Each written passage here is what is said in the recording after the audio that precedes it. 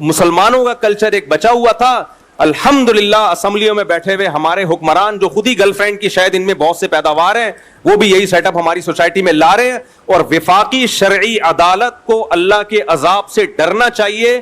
ان کو میں سمجھا کے وفاقی شرعی عدالت کے جج سے میں نے براہ راست بھی بات کی ہے کہ تم لوگوں نے کورٹ میں جس خلا کو پروموٹ کیا ہے, خدا کی قسم لا الہ الا اللہ, یہ زنا ہے, زنا ہے, زنا ہے. عورت دوسرے مرد کے لیے حلال نہیں ہوگی.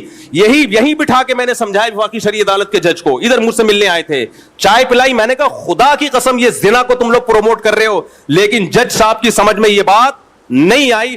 اللہ کی قسم وفاقی شرعی عدالت کا جج بھی جہنم میں الٹا لٹکا ہوا ہوگا, میری تمنا ہے. اور یہ ہمارے وکیل بھی اور ہمارے ججز بھی, ہمارے حکمران بھی اور وہ علماء بھی جو اس عدالتی خلا پہ خاموش ہیں, آواز نہیں اٹھا رہے, میری تمنا ہے. کیونکہ ان لوگوں نے اتنا بڑا ظلم کیا ہماری فیملی سسٹم کو ڈسٹرائے کرنے میں, ہمارے فیملی سسٹم کو توڑنے میں, girl friend boy friend system کو پروموٹ کرنے میں اس خلا کے ذریعے.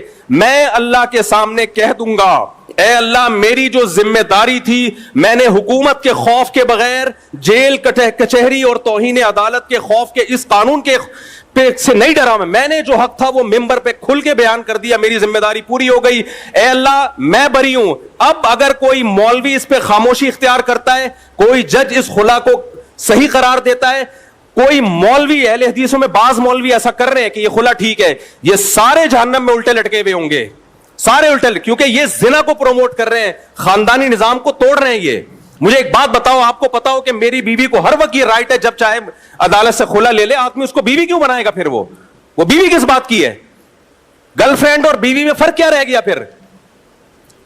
گرل فرینڈ کو بھی یہ رائٹ ہے جب چاہے چھوڑ کے چلی جائے, بیوی کے پاس بھی کورٹ نے یہ رائٹ دے دی ہے جب چاہے کورٹ سے خلا لے کے چلی جائے. ابے تو گرل فرینڈ ہی رکھ لیتا, اس سے بہتر نہیں تھا کیا؟ ان حرام خوروں کو اتنی بڑی زمینی حقیقت سمجھ میں نہیں آ رہی ہے, اور پھر ہمیں سمجھاتے ہیں حدیث بخاری کی, قرآن کی. تو تم قرآن و حدیث ہم تم سے زیادہ سمجھتے ہیں. سب سے پہلے اجماع امت ہے, صحابہ نے, تابعین نے, چاروں اماموں نے قرآن و حدیث سے کیا سمجھا ہے. تم 15ویں صدی کے مولوی ہمیں بتاؤ کہ قرآن و حدیث کیا ہے. بہت افسوس ہوتا ہے, مجھے اہل حدیثوں سے یہ توقع نہیں تھی. جب میں اہل حدیثوں کو دیکھتا ہوں اسی عدالتی خلا کو پروموٹ کر رہے ہیں, یار تم تو صبح شام کہتے ہو قرآن حدیث قرآن حدیث, تمہیں کیا ہو گیا؟ اس سے میں تقلید پہ اور مضبوط ہوتا ہوں کہ آپ ان مذاہب اربعہ کو فوکس کرو تاکہ اس گمراہی سے بچو آپ, ورنہ ہر شاخ پہ الو بیٹھا ہے, انجام گلستان کیا ہوگا. قرآن حدیث کے نام پہ ہر شخص آپ کو گمراہ کرے.